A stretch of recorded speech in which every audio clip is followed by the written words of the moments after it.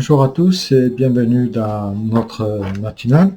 Ce matin, je veux partager un passage de Matthieu chapitre 10, versets 16 à 20 et le verset 22. Voici, je vous envoie comme des brebis au milieu des loups. Soyez donc prudents comme les serpents et purs comme les colombes. Tenez-vous sur vos gardes vis-à-vis des hommes, car ils vous livreront aux tribunaux et vous battront de verges dans les synagogues. Vous serez menés devant le gouverneur et devant les rois à cause de moi pour rendre témoignage devant eux et devant les nations. Mais quand on vous livrera, ne soyez ni en peine de la manière dont vous parlerez, ni de ce que vous direz, car ce que vous aurez à dire vous sera inspiré à l'heure même. Ce n'est pas vous qui parlerez, mais c'est l'Esprit de votre Père qui parlera en vous. Vous serez haïs de tous à cause de mon nom, mais celui qui persévérera jusqu'à la fin, celui-là sera sauvé. J'aimerais juste m'arrêter sur ce passage. Voici, je vous envoie comme des brebis au milieu des loups. Voilà. Le Seigneur envoie ses disciples non pour être des proies ou pour être des martyrs, mais pour répandre la grâce de Dieu.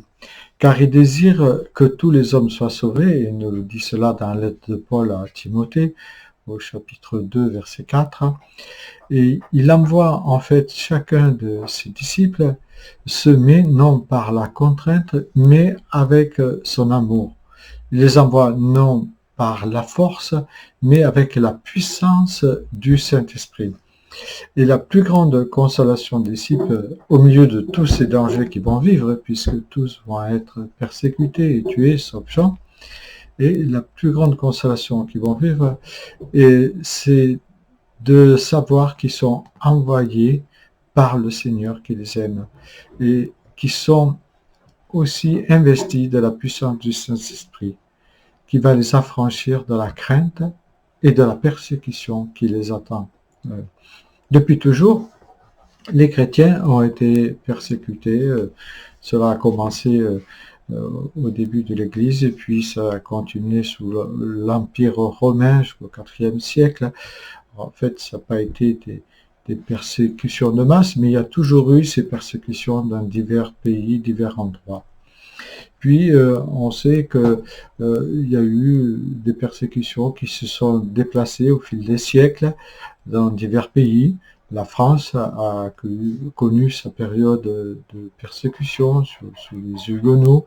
On connaît tous l'histoire de la Saint-Barthélemy, 1572, où 4000 personnes chrétiennes ont été tuées à Paris et plus de 10 000 en Provence.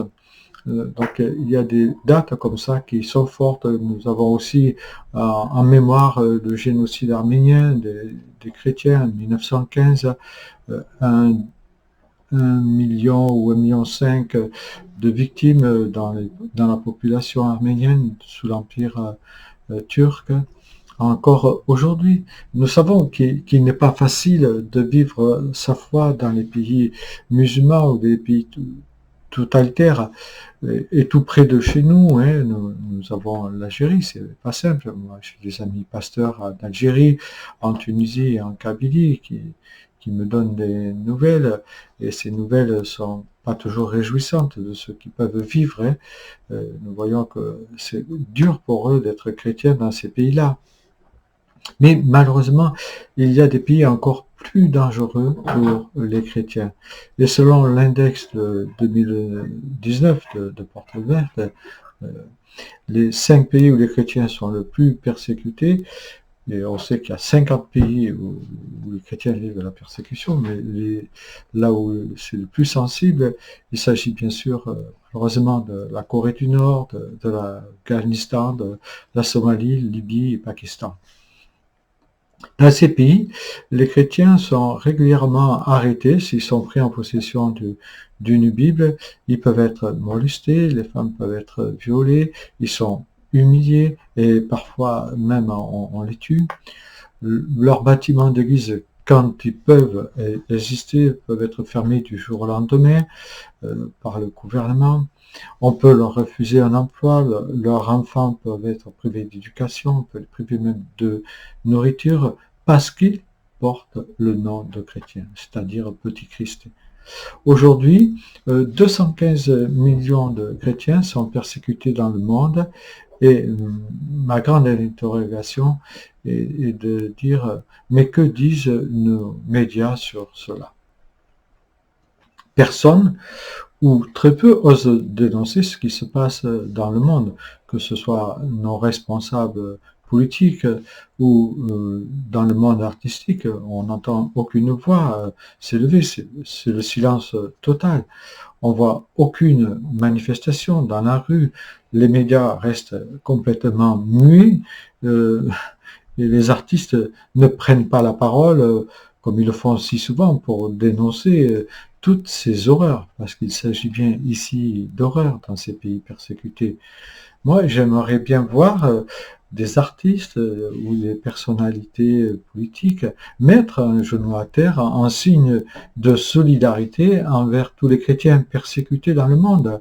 Et malheureusement, très peu, en tout cas à ma connaissance, j'en connais pas, qui ont pris la parole pour dénoncer cela, si ce n'est Raphaël Delpa, qui a dénoncé la persécution des chrétiens dans le monde. Hein. Et donc, voilà, aujourd'hui, c'est le silence total. En France, de notre côté, nous ne pouvons pas dire que nous vivons ou nous connaissons la persécution que connaissent nos frères dans les pays musulmans ou dans les pays totalitaires. Dans notre pays, je crois que la persécution existe bien envers les chrétiens, mais elle est moins violente, mais beaucoup plus subtile, on va dire. Et ce que j'aimerais vous laisser ce matin, c'est que nous ne devons pas être étonnés, hein, car le Seigneur nous envoie nous aussi comme des agneaux au milieu des loups. S'il a dit à ses disciples, il nous le dit à nous aussi.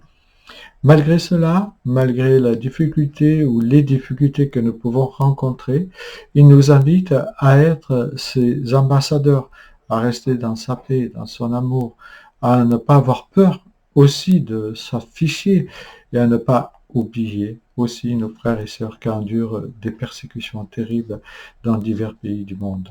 Oui, comme des agneaux au milieu des loups, le Seigneur nous envoie, mais il nous dit, n'ayez pas peur, car j'ai vaincu le monde. Que le Seigneur vous donne sa force et sa grâce.